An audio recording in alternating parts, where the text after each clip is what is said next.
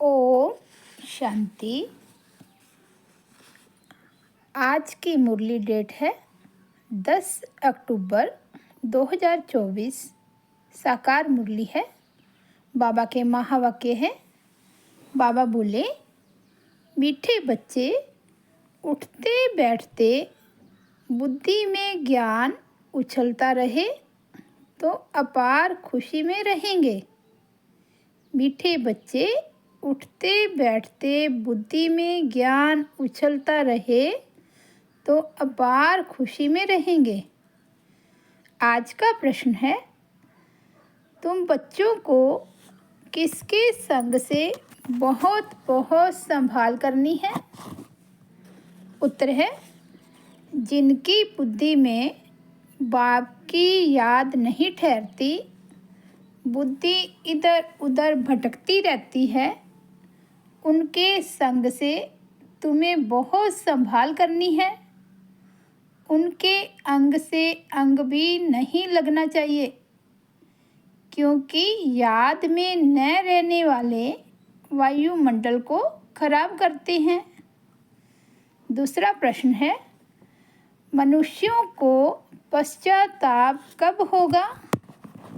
उत्तर है, जब उन्हें पता पड़ेगा कि इन्हें पढ़ाने वाला स्वयं भगवान है, तो उनका मुंह फीका पड़ जाएगा और पश्चाताप करेंगे कि हमने गफलत की, पढ़ाई नहीं पढ़ी। ओम शांति। अब रूहानी यात्रा को तो बच्चे अच्छी तरह से समझते हैं। कोई भी हठ योग की यात्रा होती नहीं। यह है याद। याद के लिए कोई भी तकलीफ़ की बात नहीं है। बाप को याद करना, इसमें कोई तकलीफ़ नहीं है। यह क्लास है, इसलिए सिर्फ कायदे सिर बैठना होता है। तुम बाप के बच्चे बने हो, बच्चों की पालना हो रही है। कौन सी पालना? अविनाशी ज्ञान रत्नों का खजाना मिल रहा है। बाप को याद करने में कोई तकलीफ़ नहीं है। सिर्फ माया बुद्धि का योग तोड़ देती है। बाकी बैठो भल कैसे भी, उनसे कोई याद का ताल्लुक नहीं। बहुत बच्चे हठ योग से 3-4 घंटा बैठते हैं, सारी रात भी बैठ जाते हैं। आगे तुम्हारी तो भट्ठी थी, वह बात और थी। वहाँ तुमको धंधा धोरी तो था नहीं, इसलिए यह सिखाया जाता था। अब बाप कहते हैं, तुम गृहस्थ व्यवहार में रहो, धंधा धोरी भी भल करो, तो कुछ भी कामकाज करते बाप को याद करना है। ऐसे भी नहीं कि अभी निरंतर तुम याद कर सकते हो। नहीं, इस अवस्था में टाइम लगता है। अभी निरंतर याद ठहर जाए, फिर तो कर्मातीत अवस्था हो जाए।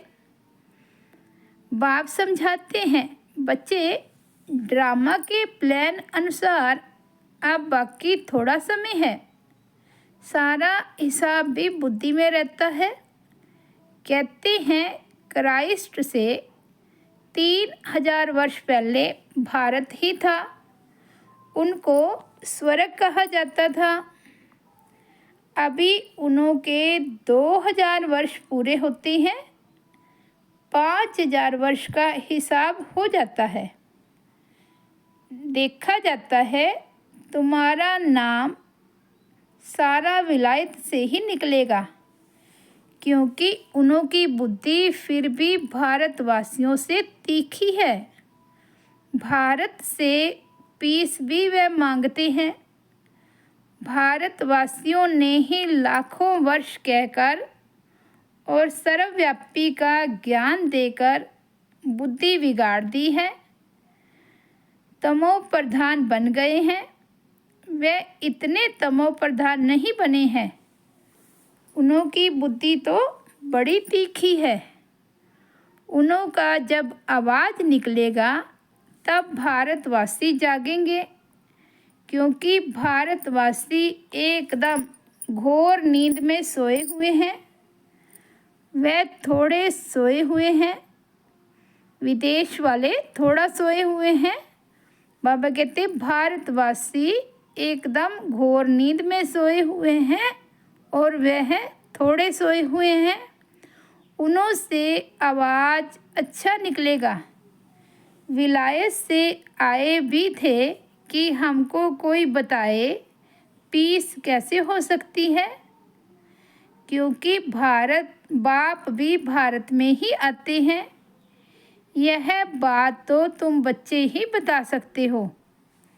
दुनिया में फिर से वह पीस कब और कैसे होगी? तुम बच्चे तो जानते हो, बराबर पैराडाइज अथवा हेवन था। नई दुनिया में भारत पैराडाइज था, यह और कोई भी नहीं जानते हैं। मनुष्यों की बुद्धि में यह बात ही बैठ गई है कि ईश्वर सर्वव्यापी है और कल्प की आयु लाखों वर्ष कह दी है। सबसे जास्ती पत्थर बुद्धि यह भारतवासी ही बने हैं। ये गीता शास्त्र आदि सब है भक्ति मार्ग के, फिर भी यह सब ऐसे ही बनेंगे। भल ड्रामा को जानते हैं, फिर भी बाप तो पुरुषार्थ कराते हैं। तुम बच्चे जानते हो विनाश तो जरूर होगा।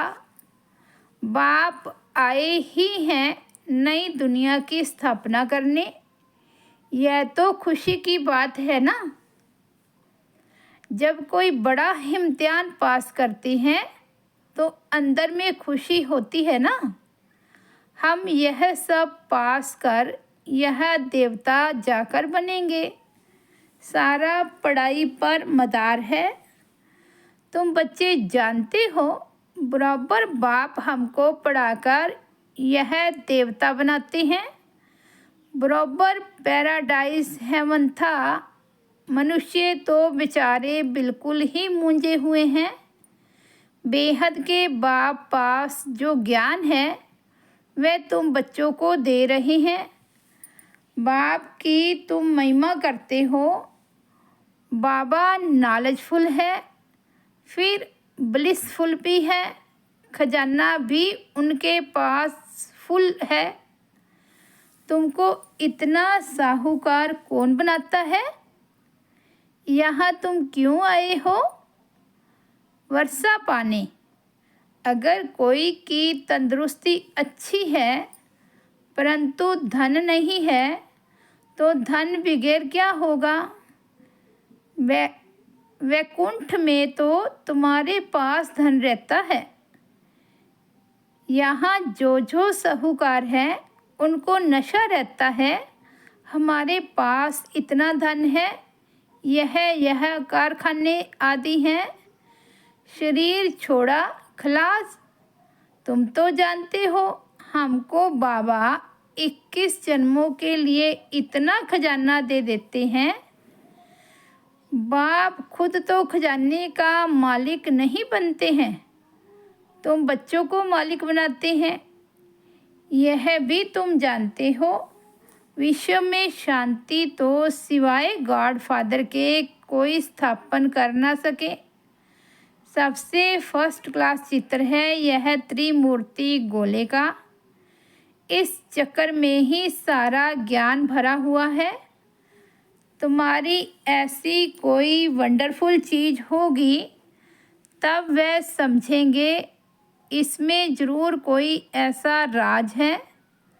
बच्चे कोई छोटे छोटे खिलौने बनाते हैं, वे बाबा को पसंद नहीं आते। बाबा तो कहते बड़े बड़े चित्र लगाओ जो दूर से कोई पढ़कर समझ जाए। मनुष्य अटेंशन बड़ी चीज़ पर देंगे, इसमें क्लियर दिखाया हुआ है।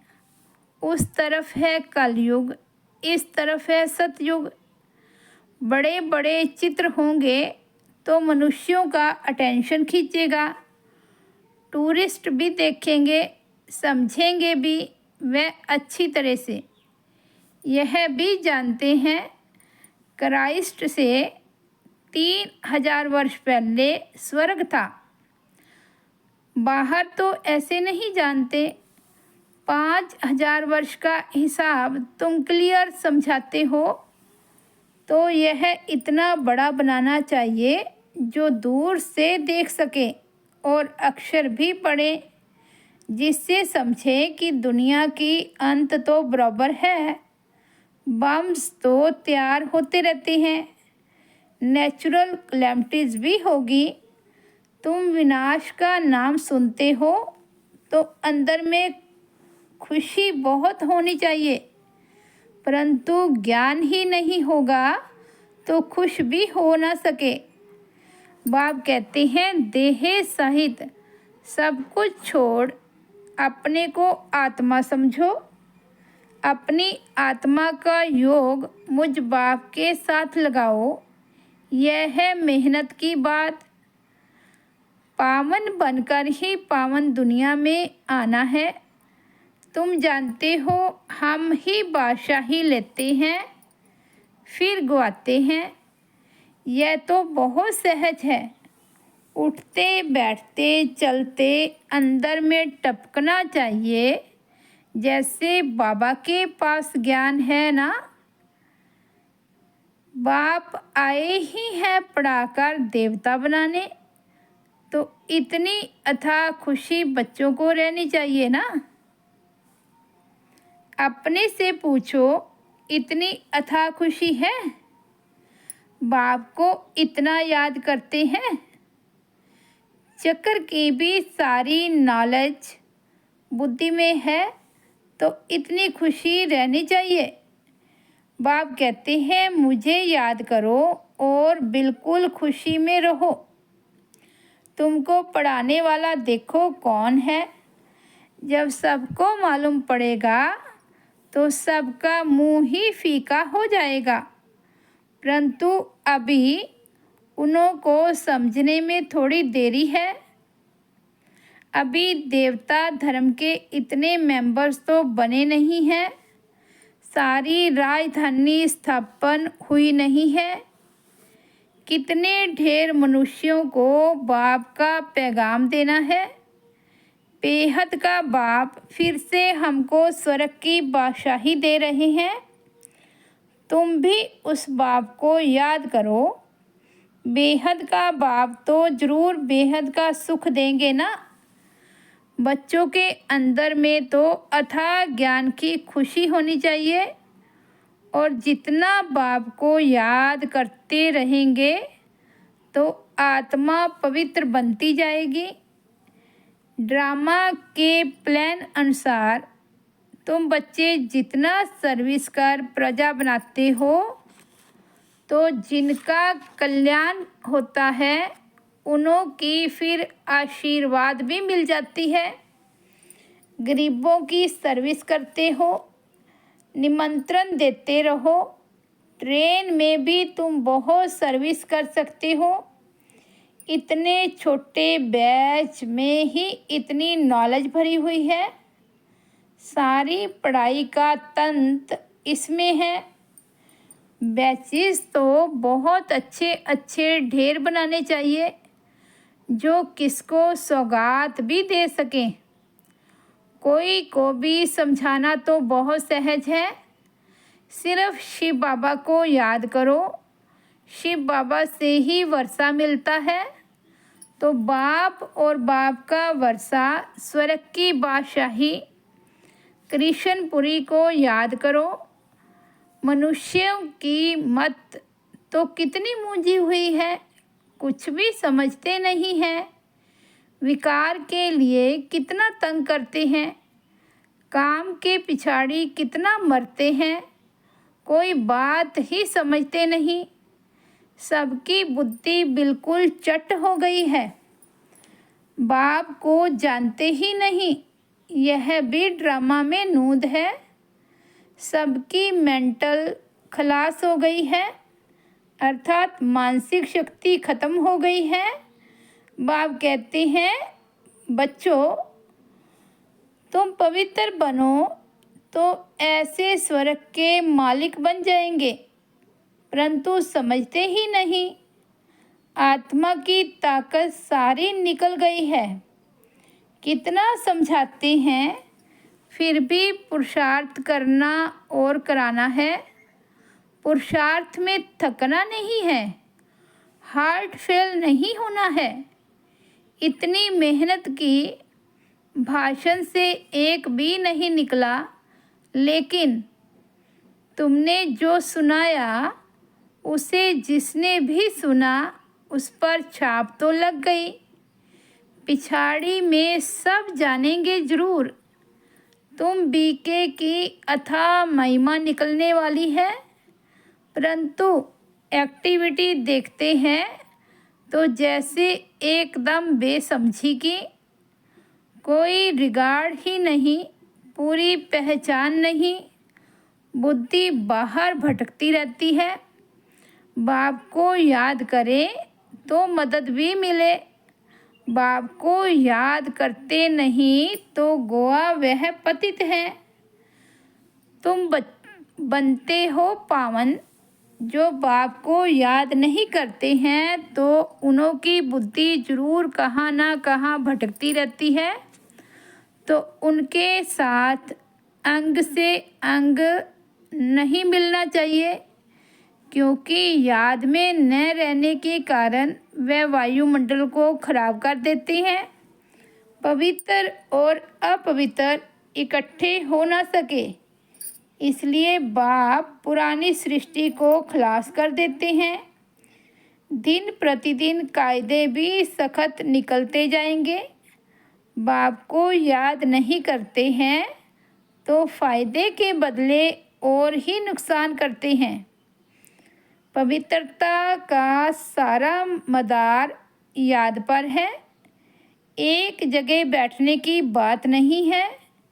यहाँ इकट्ठा बैठने से तो अलग अलग पहाड़ी पर जाकर बैठे वह अच्छा है।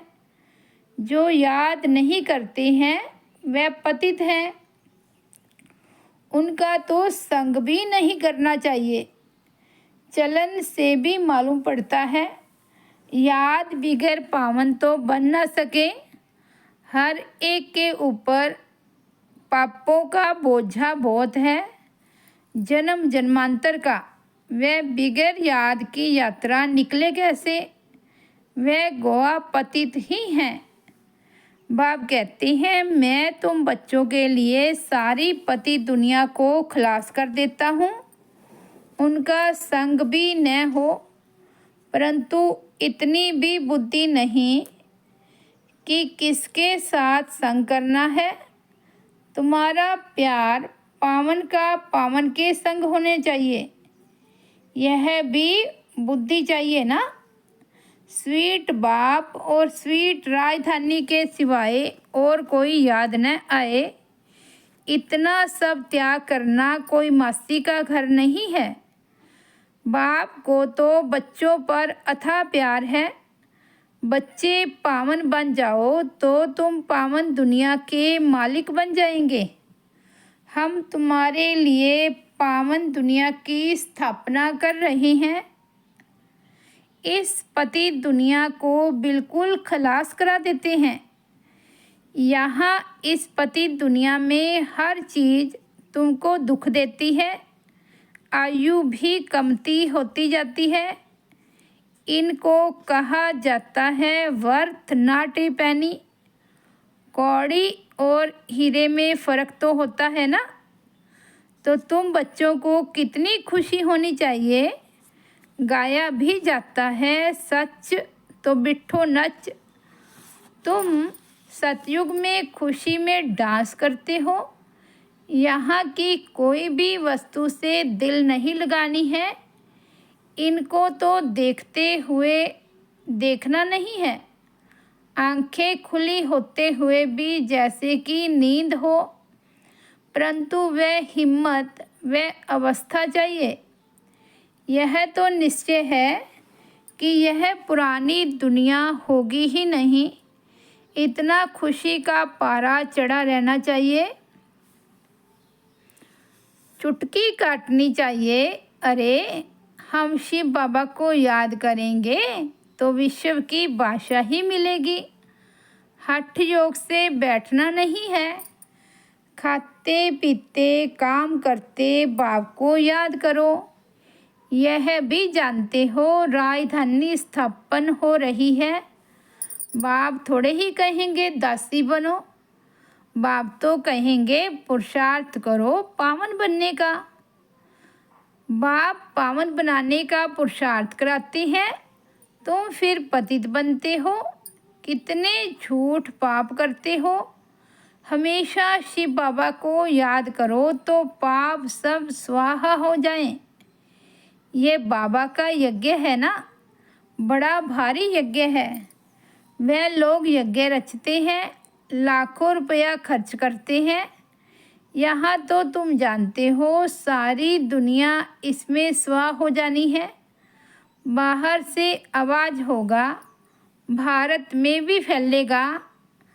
एक तो बाप के साथ बुद्धि का योग हो तो पाप कटे और फिर ऊंच पद भी मिले। बाप का तो फर्ज है बच्चों को पुरुषार्थ कराना।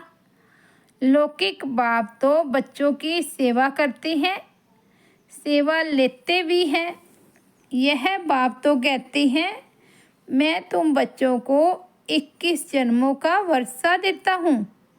तो ऐसे बाप को याद जरूर करना है जिससे पाप कट जाएं। बाकी पानी से थोड़े ही पाप कटते हैं। पानी तो यहाँ तहाँ है, विलायत में भी नदियाँ हैं। तो क्या यहाँ की नदियाँ पावन बनाने वाली, विलायत की नदियाँ पतित बनाने वाली हैं क्या? कुछ भी मनुष्यों में समझ नहीं है। बाप को तो तरस पड़ता है ना। बाप समझाते हैं बच्चे गफलत मत करो। बाप इतना गुलगुल बनाते हैं तो मेहनत करनी चाहिए ना, अपने पर रहम करना है। अच्छा बच्चे, अच्छा मीठे मीठे सिकिल दे। बच्चों प्रति माता पिता बाप दादा का याद प्यार और गुड मॉर्निंग। रूहानी बाप की रूहानी बच्चों को नमस्ते। हम रूहानी बच्चों की रूहानी बाप दादा को याद प्यार गुड मॉर्निंग और नमस्ते नमस्ते नमस्ते। शुक्रिया बाबा, शुक्रिया। धारणा के लिए मुख्य सार फर्स्ट पॉइंट है, यहाँ की कोई भी चीज़ में दिल नहीं लगानी है, देखते हुए भी नहीं देखना है। आंखें खुली होते भी जैसे नींद का नशा रहता, ऐसे खुशी का नशा चढ़ा हुआ हो। सेकंड पॉइंट है, सारा मदार पढ़ाई पर है, इसलिए संभाल करनी है कि पतित के अंग से अंग न लगे। स्वीट बाप और स्वीट राजधानी के सिवाय और कोई याद न आए। आज का सतगुरु बाबा का वरदान है, हद की इच्छाओं को छोड़ अच्छा बनने वाले इच्छा मात्रम अविद्या भव। हद की इच्छाओं को छोड़ अच्छा बनने वाले इच्छा मात्रम अविद्या भव। मन में कोई भी हद की इच्छा होगी तो अच्छा बनने नहीं देगी। जैसे धूप में चलते हो तो परछाई आगे चलती है, उसको अगर पकड़ने की कोशिश करो तो पकड़ नहीं सकते। पीठ करके आ जाओ तो परछाई पीछे पीछे आएगी। ऐसे ही इच्छा आकर्षित कर रुलाने वाली है, उसे छोड़ दो तो वे पीछे पीछे आएगी मांगने वाला कभी भी संपन्न नहीं बन सकता। कोई भी हद की इच्छाओं के पीछे भागना ऐसे है जैसे मृग तृष्णा। इससे सदा बचकर रहो तो इच्छा मात्रम अविद्या बन जाएंगे। स्लोगन है, अपने श्रेष्ठ कर्म व श्रेष्ठ चलन द्वारा दुआएं जमा कर लो तो पहाड़ जैसी बात भी रुई के समान अनुभव होगी। अपने श्रेष्ठ कर्म व श्रेष्ठ चलन द्वारा दुआएं जमा कर लो तो पहाड़ जैसी बात भी रुई के समान होगी। अच्छा, ओम शांति। तो ये थे 10 अक्टूबर 2024 के बाबा के अनमोल महावाक्य। मुरली की हेडलाइन है, मीठे बच्चे उठते बैठते बुद्धि में ज्ञान उछलता रहे तो अपार खुशी में रहेंगे। ओम शांति।